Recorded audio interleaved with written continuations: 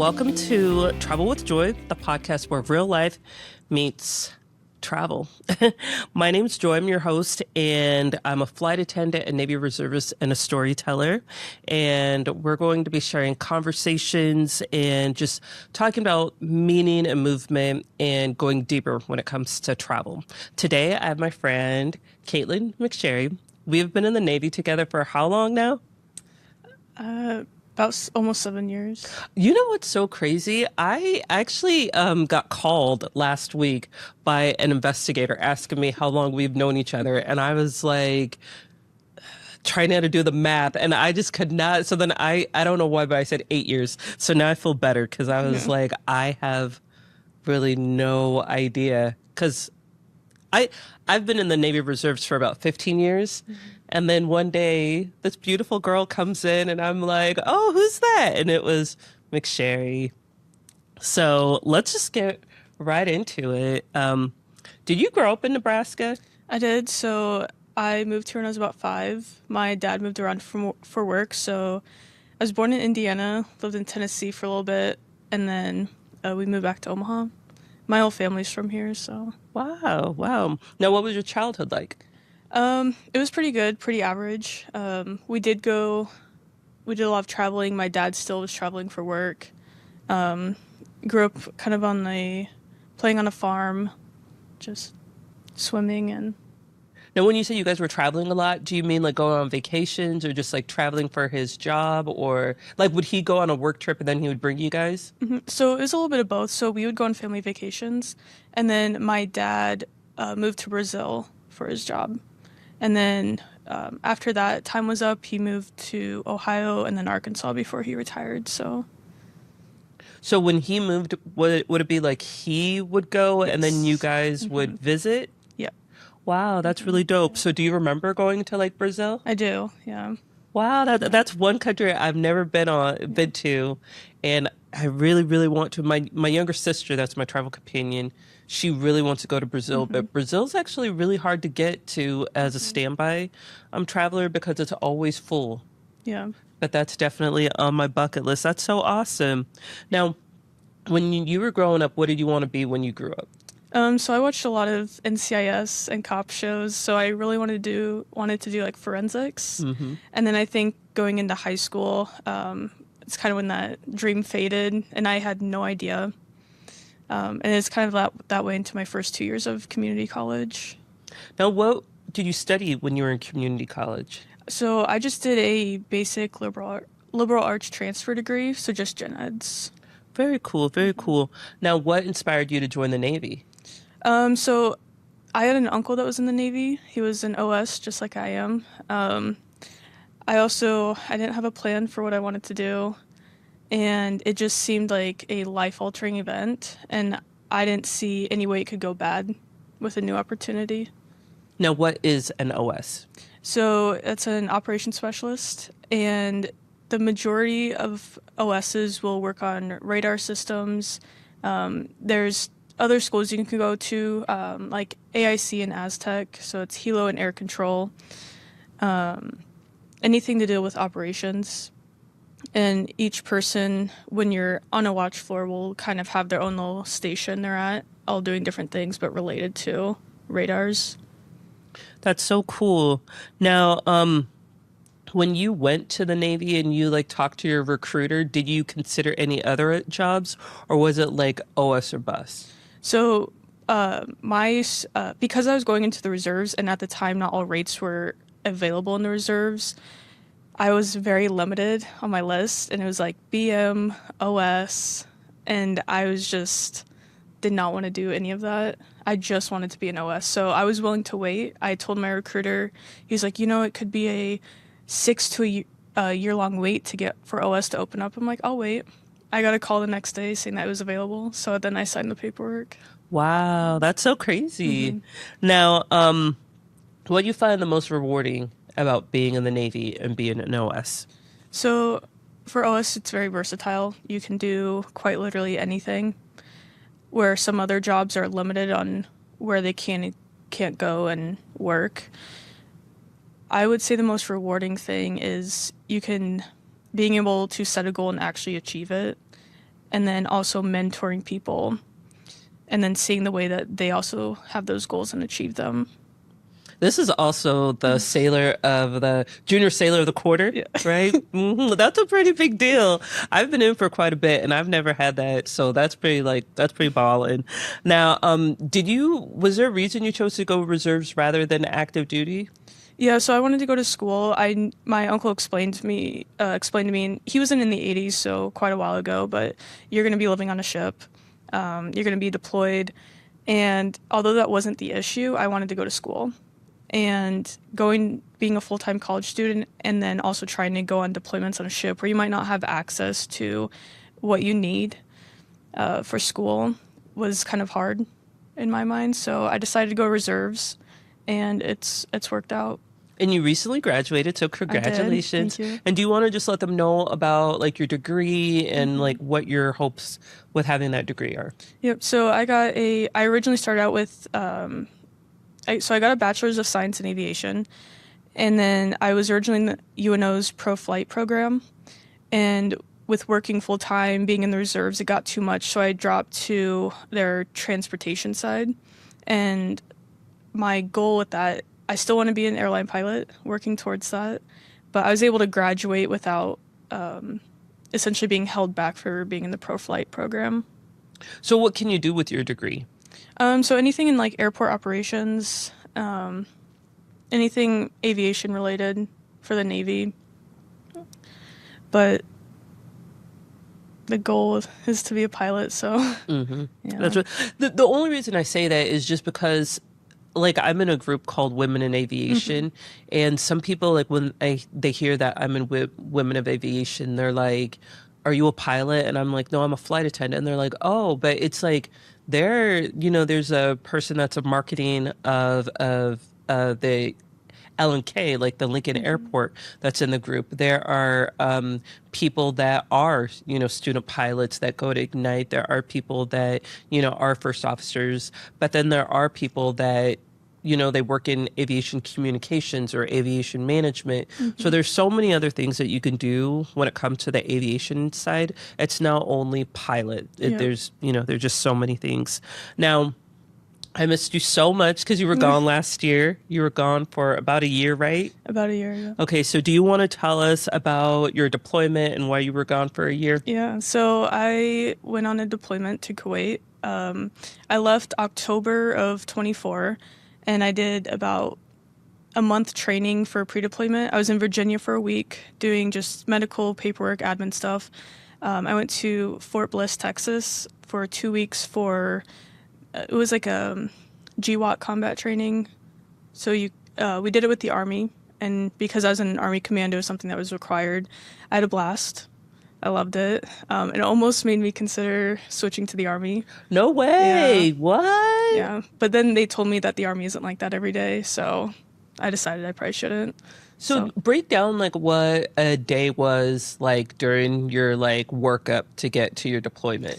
Yeah, so when we're in Fort Bliss, it was a lot of early mornings, late nights. We had certain classes we had to go do, so we did a lot of shooting. We shot, I think it was like 3 different types of machine guns, fully automatic M4, and then we had our like pistol. So we shot those, I would say, almost every other day, if not every other 2 days. So, and then we did like convoy ops. So we got to drive around like these fake villages, and then we were working mostly with the Air Force. So like the Air Force would pretend to be the villagers, and then we'd pretend we'd be in the convoy, and we had to go get information, and then we'd swap. So that was really fun. And then, this is almost like 2 years ago. Yeah. Yeah. Yeah, I would say it was just stuff like that. Yeah. So just like a lot of training.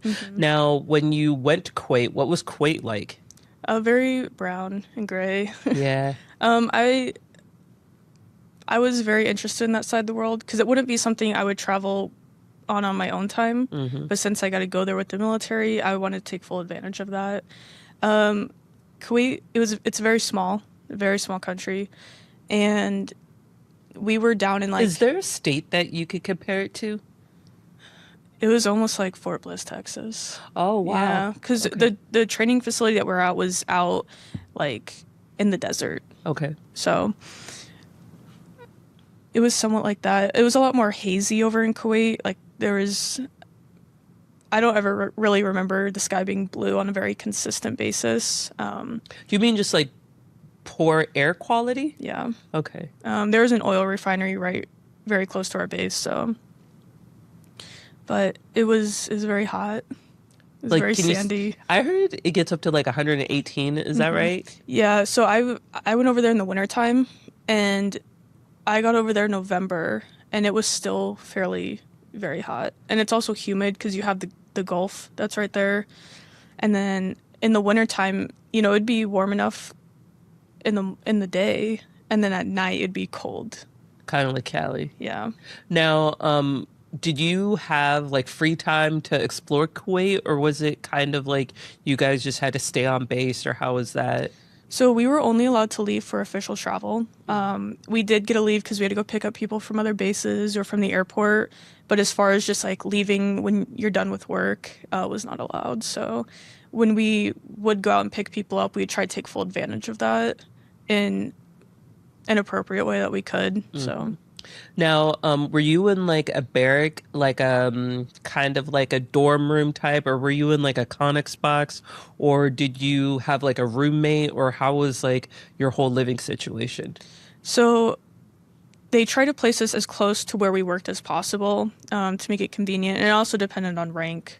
But we were in this like converted MRAP, like those big army trucks. So they converted one of those garages into a barracks room, and it was actually very nice. I had one roommate, and the rooms like they weren't huge, but it was a lot better than what I was expecting. So you were comfortable. I was, yeah. Okay.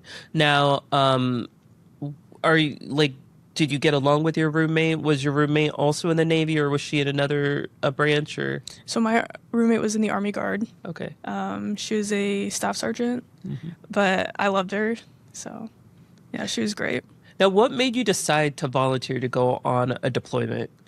So I graduated from college. So I wasn't really focusing on my civilian life anymore. I wanted to focus more on the Navy, and I wasn't getting opportunities from the command I was at. I think I applied for 3 sets of orders and got denied for them all. So I applied to go to Diego Garcia for 6 months, and then that didn't work out. So I applied to go for a year. That didn't work out. I applied for a deployment in Germany. That didn't work out either. And then finally I applied for Kuwait.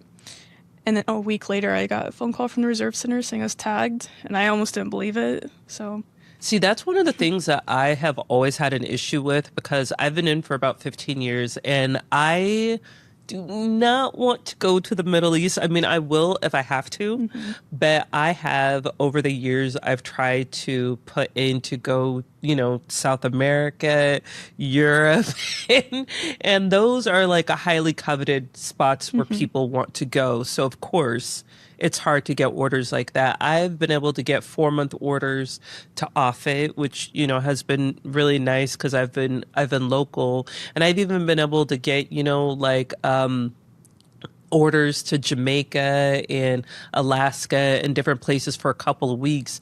But when you start going into the month, the 3 months, the 6 months, it just seems like they have so many applicants that are applying for the same thing. So it gets really difficult. But I admired you so much for applying for your deployment, because that's just one of those things where I'm almost like ashamed to say that I've been for so long and I've not been on a deployment yet. But at the same time, I always thought I would get called up, but it seems like the Navy is one of those branches where there's so many people that are volunteering that you don't necessarily. I mean, it's rare that you get voluntold. It's usually like enough people are volunteering. So, but knock on wood, you just never know. But like, how would you compare like your deployment to like just being on your annual tour? Like, how would you say that those were different? I think the mindset was a lot different. Like, that you're So like anytime you go on your like AT or anything, you are technically active duty. But this, like being on deployment, unless you asked me, there was no difference. Most of the people that I was working with were all National Guard, all reservists. There's very few active duty, but no one would ever know. Whereas like you go on your AT, and I used to do my ATs in Japan, where you'd have all these reservists roll in, and then the staff, and it's just very different. So. Yep. No, and see, for me, who has never been on deployment, I do notice a difference though when I go somewhere for a month, Yeah. because it's kind of like the active duty, or just kind of, it's almost like you're like augmenting them, or as like a military police, it's like you're going in there for an actual reason. Like there might be a 4th of July, thing, and then they need sailors to help with that, or I'm helping with, the presidential inauguration, or just different things like that. So there's like a purpose, but I could see how that would be different. Now, during your deployment, did you have any like emotional or hard times? Like, was it tough being away from your family, or was it just hard being away from America? Like, did you have any like difficult times when you were out there? I definitely think towards the end of my deployment, I missed America. I just wanted to see some grass. I wanted to see other colors besides sand. I wouldn't say being away from home was necessarily as hard. I don't have kids. I'm not married.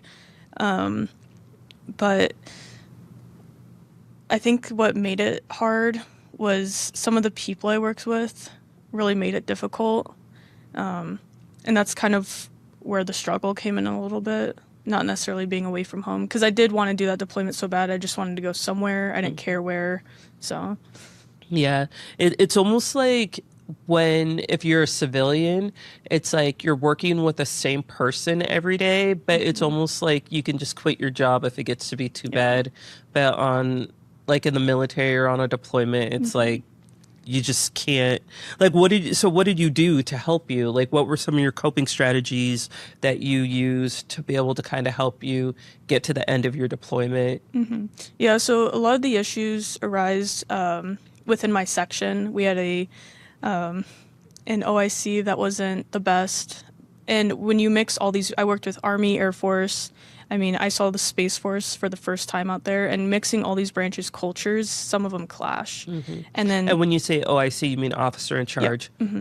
Yep. So he was Army. The rest of the people I worked with were Air Force. And you have these cultures clashing. And then when you have somebody who's not willing to learn about another branch's culture and their practices, it becomes a struggle. I would talk to my roommate a lot about it. I think that was my main coping strategy. So she helped me out a lot. And then also just making friends out there, and then being able to express my frustrations to them is what really helped. And it's crazy how close you get to people, and they're almost people that you wouldn't even probably have gravitated towards in your civilian life, but because you guys are out there alone, you guys kind of gravitate towards each other. Now, I remember when you reached out to me on Instagram while you were on deployment, and you were telling me that they were giving you some type of leave and you were going to be able to travel, and you went on a trip. So can you tell us a little bit about that trip? So we got 4 days off in a row, and if it was like, if you had the availability, you were able to travel. Now it had to be approved what country you couldn't go to. I decided to go to Thailand with another girl that I worked with, and I had a blast. Now, why did you choose Thailand? So we were originally going to go to Oman, but it was during Ramadan. So we decided to kind of leave the Middle East during that time so we can fully enjoy our time there. And I think Thailand was like the closest that was reasonable to travel, because we only got 4 days, so we didn't want to spend 2 full days on a plane. So what did you do when you were in Thailand? We barely slept. We were trying to max the time that we had as much as possible. My favorite event, which was her idea, and I was like kind of like pushing against it a little bit, because I'm like, I want to go do other things, but I'm so glad I did it. So we hired this tour guide, and he took us for the first morning half. We went and swam with elephants, and it was like this whole event where you feed them, you bathe them, you swim with them, and I'd never seen an elephant before in person, and I mean they're very close to you, and it's a different experience. Was it scary? I was scared. Yeah, they're so big, Yeah. and like they had these little baby elephants, and we would have bananas, and they just kind of come and rip the bananas out of your hand, and there's nothing you can do about it. And when you say rip, like violently, or were they like aggressive, or were they like soft, or? I just think they weren't aggressive. I think they're just so big and they weigh so much, and compared to us, when they take them, to them they're trying to be gentle, but they're just so big. Oh my God, Yeah. that's so scary. Now, what were some other things you did? Because you had 4 days. Yeah, so we did go do a tiger exhibit where you could pet tigers, and we did the floating river, like the floating. Market? Yep, floating Okay. market. Yep, I did it. I did both of those too, which I kind of got some flack for the tiger because I guess after. Did you ever watch Tiger King?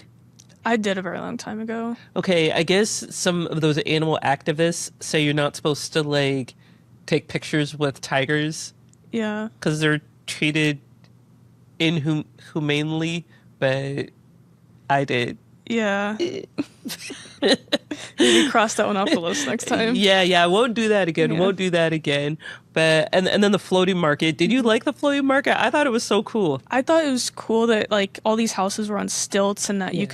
you're just in a boat. I don't know if that's something I would do again though. Yeah, no, I agree. I feel like that is one of those like one and done type things, but I do think it's kind of surreal to Yeah. see like that level of like poverty and there's nothing like that in Nebraska. So Yeah. I eat with even with all my travels as like a flight attendant, I'd never seen anything like that. So that was kind of like jarring, but it was really cool.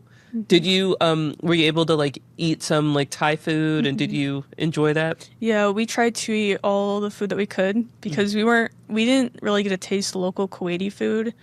So it was all just what they had on base and it was the same thing. And so I love the food. I don't know what it's called, but it's like this bread. I don't know if they fry it, but you eat it with ice cream. Okay. That was extremely good. I We don't would- think I had that. Yeah. My dad's wife makes it. Okay. And it's good. Okay. Yeah. You got to figure out the name of it. I know. I got pictures of it. We went to this cafe, and part of this cafe is that you can rent a boat and go down this little river, Okay. and then you can go eat. They have like a swing area. And then some other things we did. We went. I don't know if you saw on TikTok, but it's like this rooftop bar, and it like changes colors. It has like this stuff swaying. No. Yeah, I think it was a little bit overhyped. It was super packed. There was no locals there. Oh wow. So, but it's like it's like the floating market, like a one and done type of thing. We did Thai massages. Oh my God, the Yeah. Thai. Can you explain to people about the Thai massages? Because oh my God, we did it every single day. Yeah, I wanted my last day there. I was like, I got to go do this, but I was running on no sleep and I just couldn't stay awake longer. But it's like, so there's like different packages you can choose, but it's like a full. I think ours was almost 2 hours or something like that. But it was like a full body massage. Like, I don't know what type of oil they were using, but I just don't. I would do that every day. Now, did yours hurt? It did. Okay, because mine hurt, but in the best way. Yeah. But they were also kind of like stretching me out too. And there was like this Thai woman that was like on my back, Yeah. and she was like, Yeah. and I was like, ooh. Okay, that feels really good. Yeah. She was like rubbing knots out in my back that I had no idea I had. Yeah. And I'm like, I thought I was like I felt pretty good before, but like after, I'm like, wow, that I didn't know. There was also a part where they were like rubbing my thighs, and I almost started crying. I was like, Joy, you gotta be a G. Like, you can't be like, but it like, and then I left the next day, and I was like, oh my God, I feel so like, I feel so good.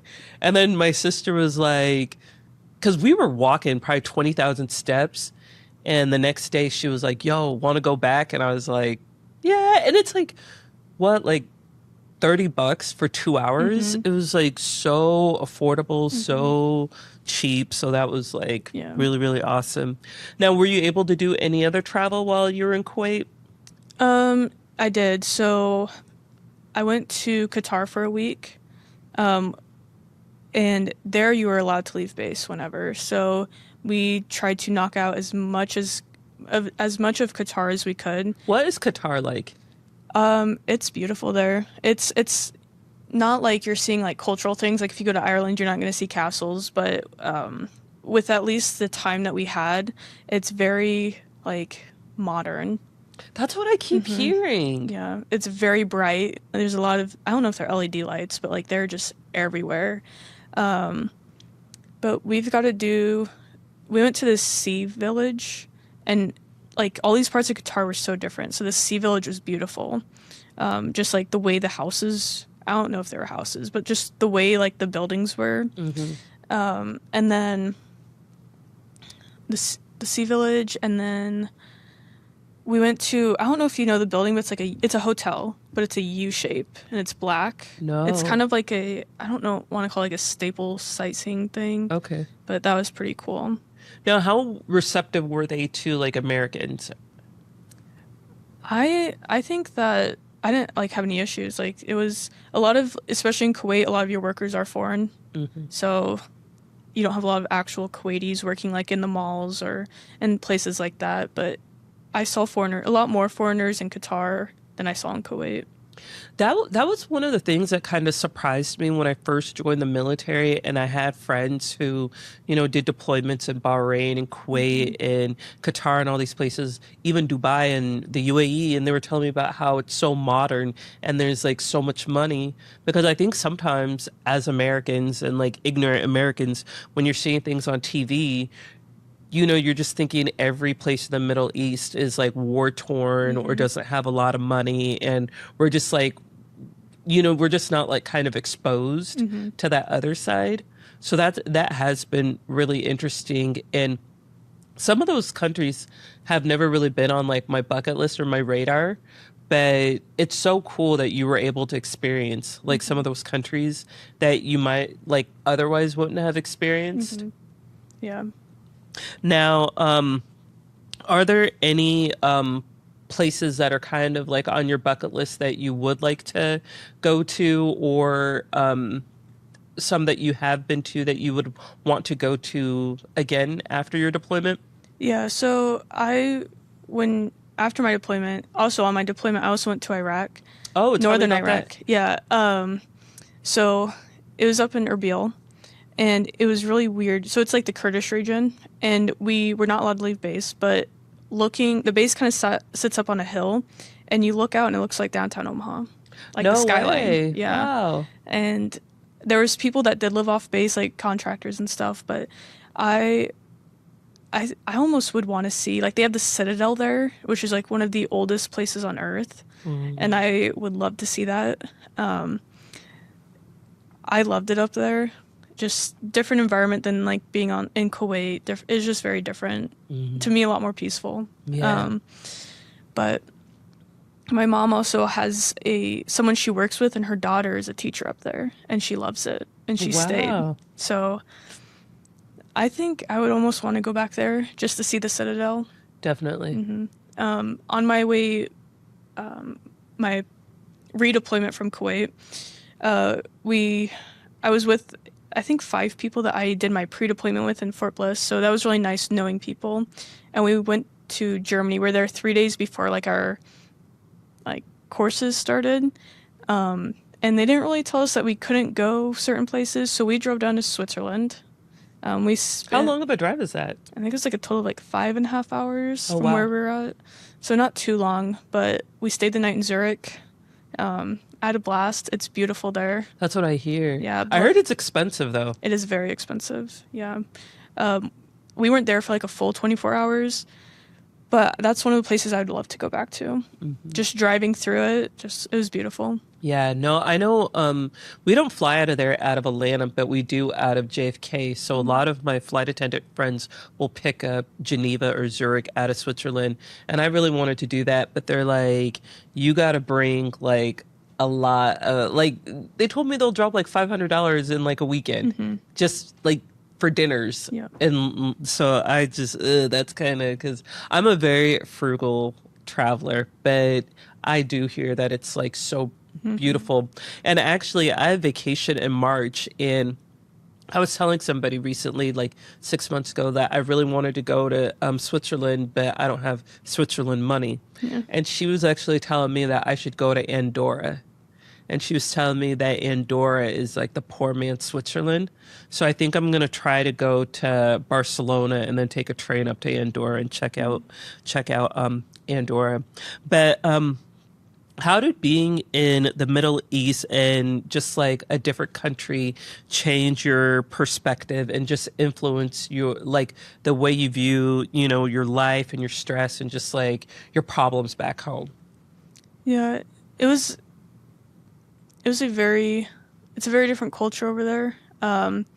It did make me appreciate a little bit more about what I have here, and that maybe stuff isn't as stressful. Seeing, especially the way some other people live in other countries, because like we all know, like some places in the U.S. aren't great, but then over there it's a 180. Like how So can you kind of explain it for people that haven't seen yeah, it? so Kuwait, from like my perspective, you have very nice houses, and then you have like very, very rundown houses. Like, and I didn't really see any in between. And granted, I didn't get to explore the country the entire time I was there, but when we did drive through like Kuwait City and stuff, it's one or the other. There's no like in between. So I think realizing that is the situation in some other countries and not over here is. Were you able to spend time with some of the locals? Not so much in Kuwait. Obviously, like the Middle East has like different rules of what genders you can and cannot speak to, and that a lot of people just kind of keep to themselves. And at least the people that like worked in the stores and stuff, they were mostly from like the Philippines or India. Very, very polite, they want to talk. Yeah. But as far as the locals, that wasn't really the vibe. So Now, when you got back from your deployment, what was your reentry like? Like, was it? it was hard. Yeah. Yeah, it was really hard. We're in a super high stress environment, an environment that changes every day. I was dealing with some issues at work with some of the people I worked with, and then because the environment was so high paced and always changing, you always had to be on top of it. I think for my last 3 months there, I didn't have a day off, and then I was working up until about 6 hours until I got on the plane to go to Germany, and then coming back, and then not being like, because you've been so like amped up for so long, and then you don't have anything. It's like you're still amped up, but you don't have anything to put into that, like work or projects or anything like that. So my fuse became very short, and it took months to kind of wind down and realize that you're not working over there anymore. Yeah. Now, does the Navy do anything for you, or is it just kind of? Yeah, so like they try to mitigate that by going to Germany for a week, but everybody's different. Took me a lot longer, but Germany definitely did help. It was very relaxed over there. There was no like, you had to attend like workshops, but like it wasn't, you're not doing any admin work. You're not doing any like actual work. It was just kind of, you're free to do what you want. You have limitations, but you're free. We're going to take you on field trips. It's just relax. So That's so cool. That's so nice that they do that. Now, let's kind of go into kind of like some of the other things that we've kind of connected on. Like you said, you want to be a pilot, and just like what made you interested in being a pilot, and what made you interested in getting your private pilot's license? yeah, so when I was coming close to graduating from community college, still had no idea. And I didn't want to go to college without a plan of really what I wanted to do, because I already had all my gen eds knocked out. And my job in the Navy can translate to air traffic control. So I was like, that doesn't sound bad. I'm interested in that. And I have a cousin that took me flying so I could hear what they sounded like. And I actually turned out to like flying a little bit more than the air traffic control. So that's when I started pursuing that. I went to school for aviation, and I don't know, it just kind of like I was shocked. Yeah. I know the first time, like, when I did my discovery flight, you were actually kind of like, you motivated me to do it Hmm. because when I first started at my airline and pilots were like, oh, you should join the dark side, I was like, oh no, I'm good, I'm good. And then I was like, oh, maybe I will. And then I went in for a discovery flight, but then I saw like the little Cessna and I was like, no way, no way. And I just felt like it would fall out of the sky. Hmm. And I was so scared. And everybody's like, you're a flight attendant. But I was so scared. But then when I would go to drill and you would tell me about like you flying and Hmm. stuff and you were so fearless, then I was like, maybe I can do this. But then I was like, no, no, no, no. And then when I went to Kauai and I did the helicopter tour, then I was like, okay, I think I can handle this. And Hmm. then I started flying, but I don't know, it's still Yeah. kind of like, whoa, this is so crazy. It's different from like being a passenger in an airline versus you're behind the controls and you're actually flying it. It's very Definitely. different. So, Definitely. Now, you have so much going on. You're training to be a pilot. You have your civilian job. You have the Navy. You also have, like your unit that you're working with. Like, how do you just like make sure that you have balance and that just like mentally you're just not like overwhelmed and you don't have burnout? yeah, I tend to compartmentalize a lot of things. So like if I'm my civilian job, I don't have to take work home there. I work at a freight company, so it stays there. But like when I'm at work there, I just work and do that. And then if I'm at a school for Navy or a drill weekend, it's like the only thing I'm focusing on is drill. I think graduating from school really helped because I didn't have to worry about an assignment on a random Friday or responding to people on their posts. But that really helps. And then also making sure that like if I'm like starting to get stressed out, making sure that I have time for myself. I'm very introverted. I like spending time by myself and just making sure that I carve time out for that. Hmm. Hmm. Now, you said that, your future goal is to be a pilot, but are you thinking that you want to do 20 years and retire in the Navy, or do you just want to do a contract and do you want to get out? Do you have a particular airline that you want to work for? Or do you want to be a commercial pilot, or do you want to do corporate, or just kind of like when you think of your 20-year goals, like Hmm. where do you vision yourself?